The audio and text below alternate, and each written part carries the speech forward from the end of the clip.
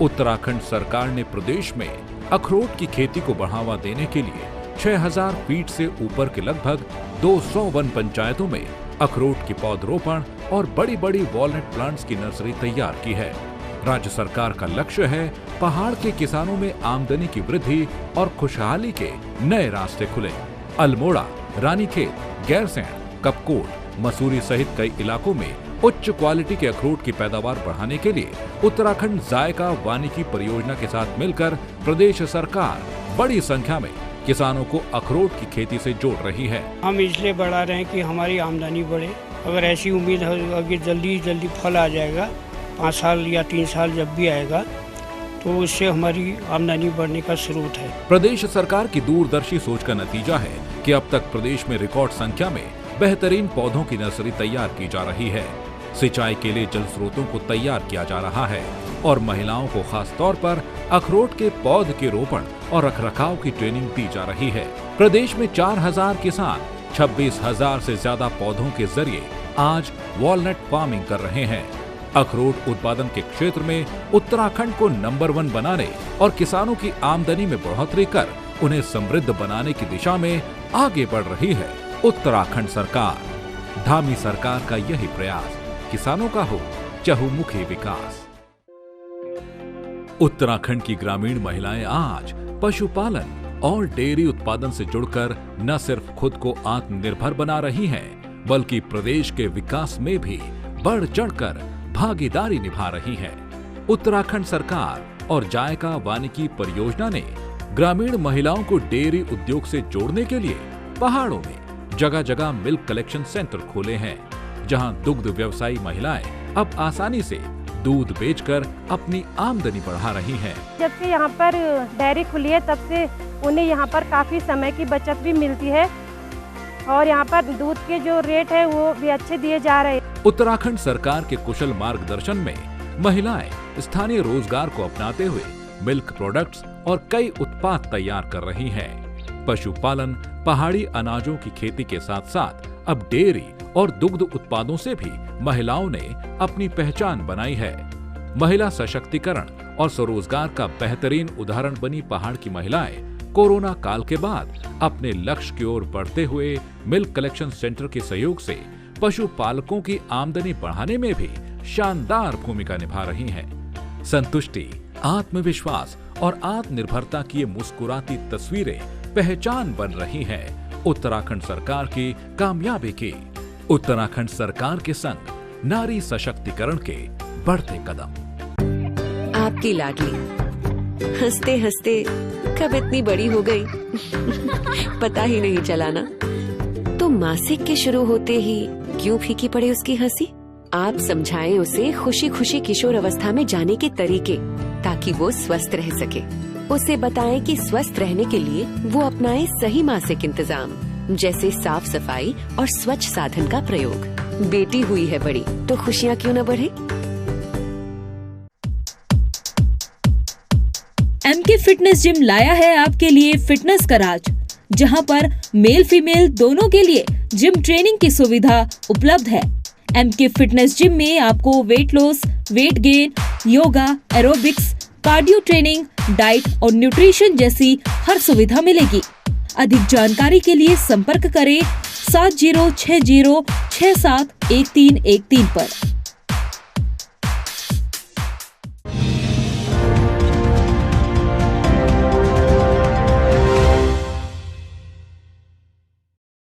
नमस्कार, देवभूमि समाचारों में आप सभी का स्वागत है। मैं हूं आपके साथ रक्षंदा खान। आगे आप मेरे साथ देखेंगे उत्तराखंड की तमाम छोटी बड़ी खबरें विस्तार से, लेकिन सबसे पहले एक नजर हेडलाइंस पर।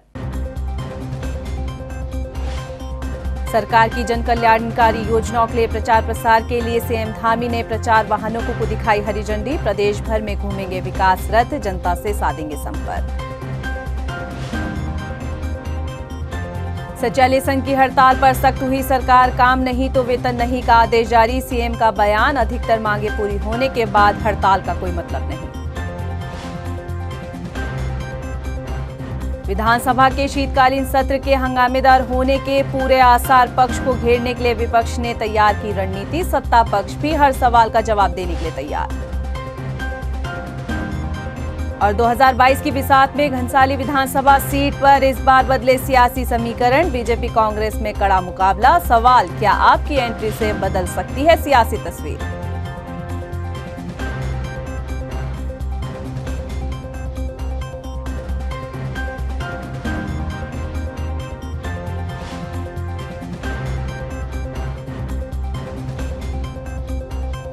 हेडलाइंस के बाद बुलेटिन में खबरें विस्तार से, और बुलेटिन की शुरुआत बड़ी खबर से करते हैं। तमिलनाडु के कुन्नूर में MI-17 का हेलीकॉप्टर क्रैश हो गया। विमान में CDS विपिन सिंह रावत भी सवार थे। इसके साथ ही जानकारी मिली है कि परिवार के सदस्य भी मौजूद थे।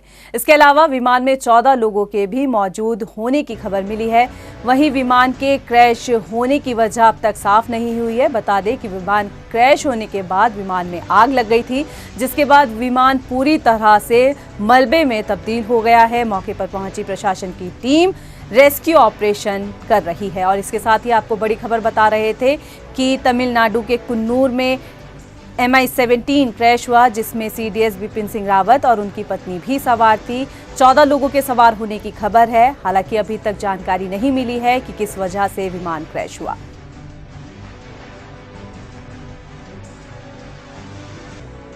मुख्यमंत्री पुष्कर सिंह धामी ने बुधवार को CM आवास पर सरकार की लोक कल्याणकारी योजना और नीतियों के व्यापक प्रचार प्रसार के लिए विकास रथ और LED वाहनों का फ्लैग ऑफ किया।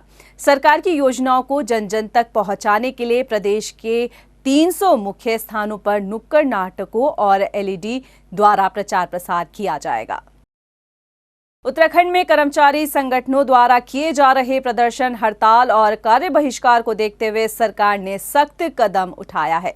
प्रदेश की सभी राज्याधीन सेवाओं में कार्य नहीं तो वेतन नहीं का आदेश जारी कर दिया गया है। मुख्य सचिव SS संधू ने जारी आदेश में स्पष्ट किया है कि सरकारी कर्मचारियों को प्रदर्शन और हड़ताल करना राज्य कर्मचारी सेवा नियमावली के अंतर्गत प्रतिबंधित है, और अब जो भी कर्मचारी हड़ताल पर जाए उसका वेतन काटा जाएगा। वहीं सचिवालय संघ की हड़ताल पर CM पुष्कर सिंह धामी ने कहा कि जब अधिकतर मांगे मान ली गई है तो फिर हड़ताल का मतलब नहीं समझ आता। संघ का इतना अधीर होना समझ से परे है।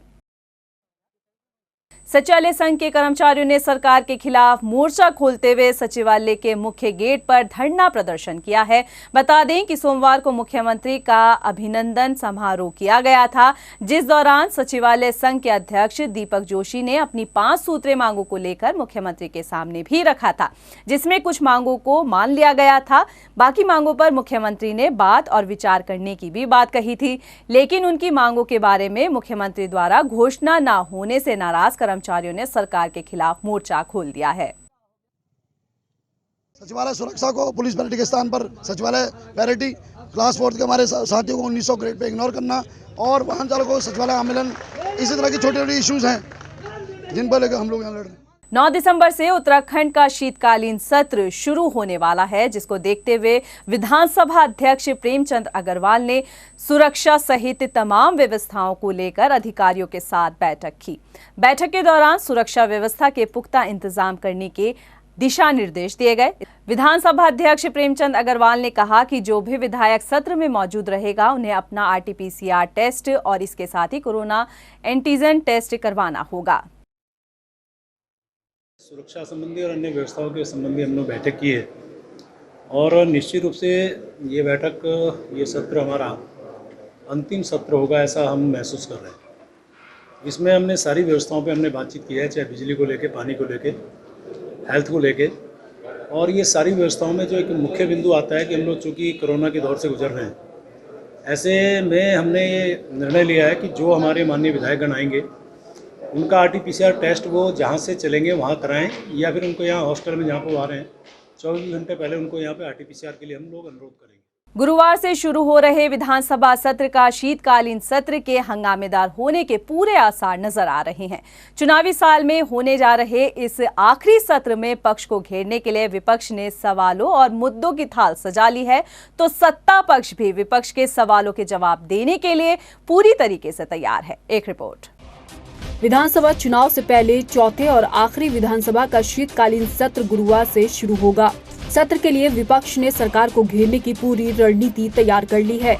9 दिसंबर से शुरू हो रहे इस सत्र में विपक्ष गैरसैंण के मुद्दों को लेकर पक्ष पर हावी रहेगा, तो सरकार भी विपक्ष के सवालों के जवाब के लिए पूरी तैयार है। विपक्ष गैरसैंण के मुद्दे पर सरकार को घेरने की रणनीति बना चुका है। पूर्व मुख्यमंत्री हरीश रावत और प्रदेश कांग्रेस अध्यक्ष गणेश गोदियाल ये पहले ही ऐलान कर चुके हैं कि गैरसैंण में वो उपवास पर बैठेंगे। उधर दूसरी तरफ देहरादून विधानसभा सत्र के दौरान कांग्रेस के नेता भराड़ीसैंण स्थित विधानसभा के बाहर उपवास पर बैठे होंगे, तो सदन के अंदर कांग्रेस विधायक गैरसैंण के मुद्दे पर सरकार को घेरते दिखेंगे। इससे सदन से लेकर सड़क तक गैरसैंण के मुद्दे पर सियासत गरमा सकती है। बेरोजगारी, महंगाई और कानून व्यवस्था पर विपक्ष की सरकार को घेरने की कोशिश होगी। आखिरी सत्र होने के चलते विपक्ष के तेवर तीखे होने के पूरे आसार हैं। वहीं पूर्व कैबिनेट मंत्री यशपाल आर्य के काफिले पर हुए हमले को लेकर भी विपक्ष हंगामा कर सकता है। उधर लोकायुक्त के मसले को लेकर भी विपक्ष सरकार पर आक्रामक दिखाई देगा। विधानसभा अध्यक्ष प्रेमचंद अग्रवाल ने कहा कि आगामी सत्र के लिए विधायकों की तरफ से 250 प्रश्न आए हैं। उन्होंने बताया कि सत्र की कार्यवाही का वेबकास्ट भी किया जाएगा। सत्र के दौरान केवल विधानसभा अध्यक्ष, उपाध्यक्ष, नेता सदन, नेता प्रतिपक्ष और मंत्रियों के वाहन को ही एंट्री दी जाएगी। इसके अलावा विधायकों को अपने साथ RT-PCR रिपोर्ट लाना भी अनिवार्य होगा। कुल मिलाकर दिसंबर महीने में आहूत होने जा रहे इस विधानसभा सत्र के हंगामेदार होने के पूरे आसार हैं। Bureau report, time TV, Dehradun.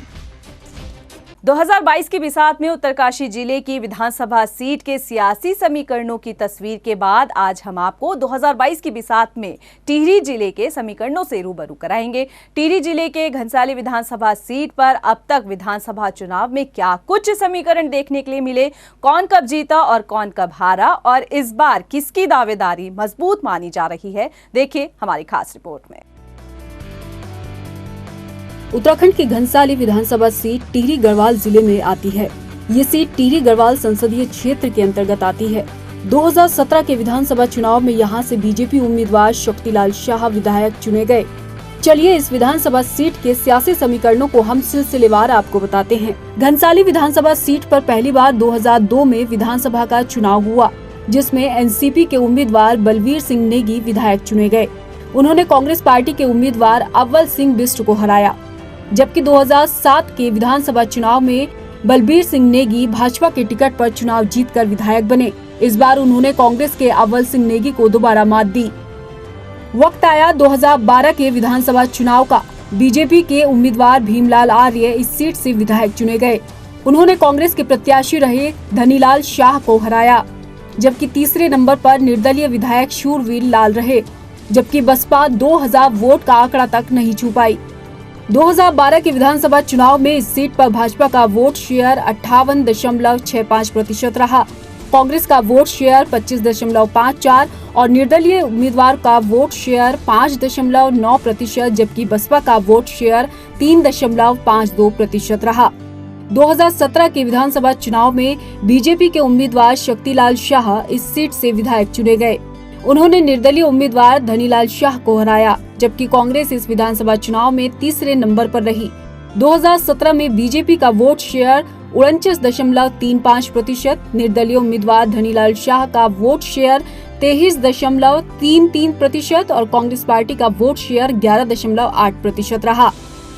2022 में आरक्षित घनसाली सीट से वर्तमान विधायक शक्तिलाल शाह कांग्रेस के संभावित उम्मीदवार धनीलाल शाह के मुकाबले कमजोर स्थिति में दिखाई दे रहे हैं और 2012 में इस सीट से बीजेपी विधायक रहे भीमलाल आर्य कांग्रेस में शामिल हैं। फिलहाल बीजेपी के लिए इस सीट पर कोई दमदार उम्मीदवार नहीं है। ऐसे में 2022 की बिसात में उतरी आम आदमी पार्टी भी इस बार सियासी मैदान में है।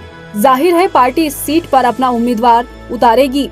ऐसे में मुकाबला त्रिकोणीय होगा, जिसमें देखना होगा कि शह किसको मिलती है और मात कौन किसको देता है। टाइम टीवी के लिए ब्यूरो रिपोर्ट, देहरादून। दिल्ली के मुख्यमंत्री अरविंद केजरीवाल 11 दिसंबर को एक बार फिर उत्तराखंड आएंगे। काशीपुर में उनका चुनावी जनसभा को संबोधित करने का कार्यक्रम है। बताया जा रहा है कि अरविंद केजरीवाल हर बार की तरह इस बार भी राज्य के लिए किसी बड़ी घोषणा का ऐलान कर सकते हैं। केजरीवाल के इस दौरे के लिए आम आदमी पार्टी तैयारियों में जुटी नजर आ रही है और कार्यकर्ता अरविंद केजरीवाल के दौरे को लेकर काफी उत्साहित है। उत्तराखंड में 2022 के चुनाव को लेकर सभी दल अपनी अपनी जीत का दावा कर रहे हैं। वहीं इस बीच भाजपा भी 60 पार का लक्ष्य को हासिल करने के लिए प्रचंड बहुमत से सरकार बनाने की बात कह रही है। कैबिनेट मंत्री अरविंद पांडे का कहना है कि भाजपा एक राष्ट्रवादी पार्टी है और प्रदेश में एक बार फिर से सीएम धामी के नेतृत्व में भाजपा की ही सरकार बनेगी। राष्ट्रवाद का चुनाव है। आम जनता जानती है कि भारतीय जनता पार्टी की जहाँ जहाँ सरकारें हैं वहाँ राष्ट्रवाद के निमित्त, राष्ट्रवाद के तहत काम होते हैं, लोगों का विकास होता है और घोटाले भ्रष्टाचार हमारे यहाँ नहीं होते हैं। इसी नाते कांग्रेस से आए हुए लोग हमारे यहाँ ज़्यादा दिन तक यहाँ टिकते नहीं हैं, क्योंकि जो कांग्रेस की संस्कृति हमारे यहाँ नहीं है।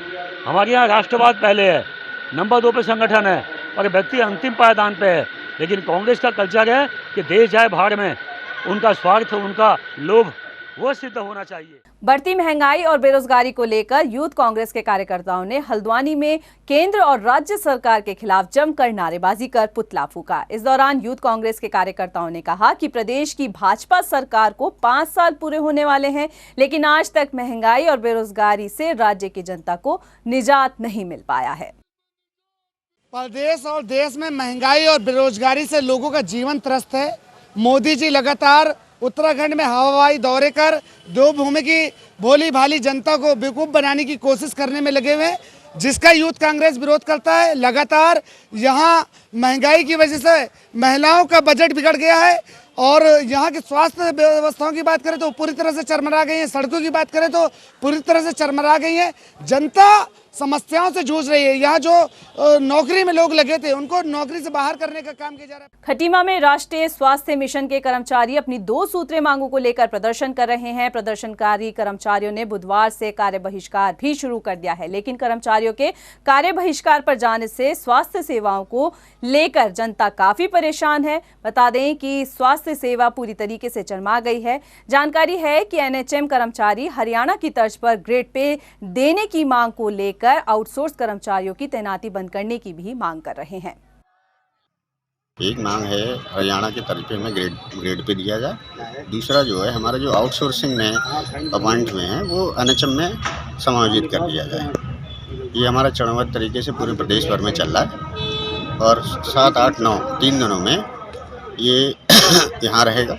इसके बाद 10 तारीख से हम अनिश्चितकालीन हड़ताल पे चले जाएंगे। अभी के लिए फिलहाल इतना ही। मुझे दीजिए इजाजत, लेकिन चलते चलते एक नजर हेडलाइंस पर। नमस्कार। सरकार की जन कल्याणकारी योजनाओं के लिए प्रचार प्रसार के लिए सीएम धामी ने प्रचार वाहनों को दिखाई हरी झंडी। प्रदेश भर में घूमेंगे विकास रथ, जनता से साधेंगे संपर्क। सचिवालय संघ की हड़ताल पर सख्त हुई सरकार, काम नहीं तो वेतन नहीं का आदेश जारी। सीएम का बयान, अधिकतर मांगे पूरी होने के बाद हड़ताल का कोई मतलब नहीं। विधानसभा के शीतकालीन सत्र के हंगामेदार होने के पूरे आसार, पक्ष को घेरने के लिए विपक्ष ने तैयार की रणनीति। सत्ता पक्ष भी हर सवाल का जवाब देने के लिए तैयार। और 2022 की बिसात में घनसाली विधानसभा सीट पर इस बार बदले सियासी समीकरण। बीजेपी कांग्रेस में कड़ा मुकाबला। सवाल, क्या आपकी एंट्री से बदल सकती है सियासी तस्वीर?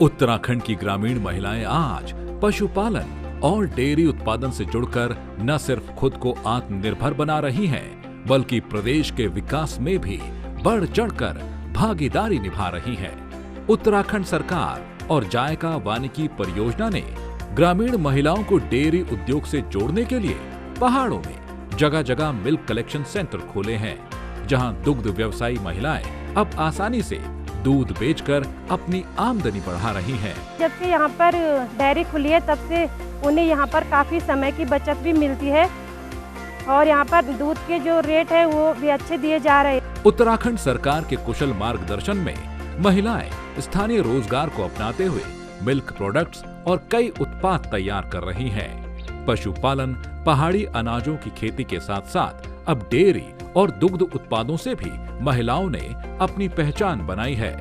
महिला सशक्तिकरण और स्वरोजगार का बेहतरीन उदाहरण बनी पहाड़ की महिलाएं कोरोना काल के बाद अपने लक्ष्य की ओर बढ़ते हुए मिल्क कलेक्शन सेंटर के सहयोग से पशुपालकों की आमदनी बढ़ाने में भी शानदार भूमिका निभा रही हैं। संतुष्टि, आत्मविश्वास और आत्मनिर्भरता की ये मुस्कुराती तस्वीरें पहचान बन रही हैं उत्तराखंड सरकार की कामयाबी की।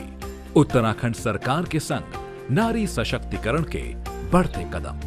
उत्तराखंड के ग्रामीण युवाओं और महिलाओं को स्वरोजगार से जोड़ने के लिए राज्य सरकार जैविक शहद उत्पादन को बढ़ावा दे रही है। न्याय पंचायत स्तर पर मधुग्राम बनाने की ओर आगे बढ़ रही उत्तराखंड सरकार राज्य में फल, सब्जी, फूलों की खेती के साथ ही शहद उत्पादन के जरिए किसानों की आर्थिकी भी मजबूत बना रही है। मधुमक्खी के जो बॉक्स हैं हमें घर आके सरकार द्वारा दिए गए, लाभदायक है ये और बड़ा महंगा बिकता भी है बाजार में। नरेंद्र नगर की सकलाना रेंज हो या अल्मोड़ा में रानीखेत के किसान मधुमक्खी पालन और शहद उत्पादन से जुड़कर ये मौन पालक आज राज्य सरकार की योजनाओं का लाभ उठाते हुए खुद को आत्मनिर्भर बना रहे हैं। समृद्धि की मिठास इनके मुस्कुराते चेहरों पर दिखाई दे रही है। उत्तराखंड में 6000 से अधिक मौन पालक, सालाना 2200 मीट्रिक टन शहद का उत्पादन, सालाना उत्तराखंड से 200 करोड़ का शहद निर्यात। उत्तराखंड सरकार प्रत्येक जिलों में बना रही मधुग्राम, किसानों को आदर्श मधुमक्खी पालन, ऋतुवार प्रबंधन, मधुमक्खी पालन में समस्या और समाधान, डंक रहित मधुमक्खी पालन पर ट्रेनिंग दी जा रही है। प्रदेश के किसानों ने समृद्धि का जो सपना अपनी खुली आंखों में संजोया है, उसको आज उत्तराखंड सरकार साकार कर रही है। स्वरोजगार ने खोले समृद्धि के द्वार, उम्मीदों के पथ पर उत्तराखंड सरकार। आपकी लाडली हंसते हंसते कब इतनी बड़ी हो गई पता ही नहीं चला ना। तो मासिक के शुरू होते ही क्यों फीकी पड़े उसकी हंसी? आप समझाएं उसे खुशी खुशी किशोर अवस्था में जाने के तरीके, ताकि वो स्वस्थ रह सके। उसे बताएं कि स्वस्थ रहने के लिए वो अपनाए सही मासिक इंतजाम, जैसे साफ सफाई और स्वच्छ साधन का प्रयोग। बेटी हुई है बड़ी तो खुशियाँ क्यों न बढ़े।